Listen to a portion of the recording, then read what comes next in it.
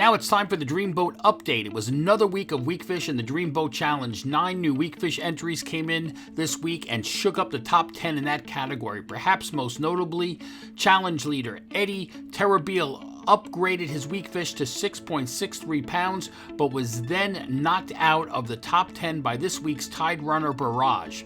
Thomas Luciano is holding 10th place with his 7.31 pounder. Brian Ortel barely lifted himself into the 9th spot with his 7.32 pounder.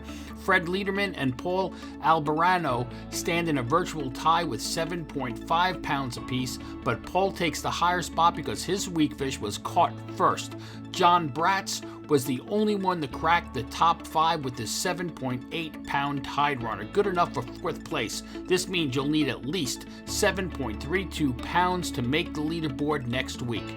There were also 5 sea robins entered this week. Only one cracked the top 5, but Joe Mendez managed to knock out Eddie Terrabil down a rung with his 2.4 pounder, and Chris Nielsen found himself in 4th place after entering his 2.64 pound sea robin. Kyle Kraus clawed his way into the overall top 3 with his 2.2 pounder that was good enough for 9th place in the category. Rounding out the entries for week 4 is a lone scup caught by Robert Chifo, weighing in at 2.26 pounds and holding 2nd place for the scup category.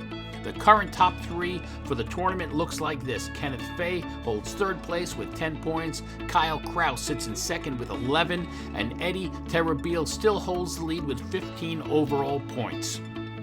The Dreamboat Fishing Challenge is the Fisherman subscriber-only multi-species fishing competition with a chance to win a new 21-foot Steigercraft center console powered by Yamaha, along with many other great prizes. Visit thefisherman.com to subscribe and get all the details so you can be part of the action.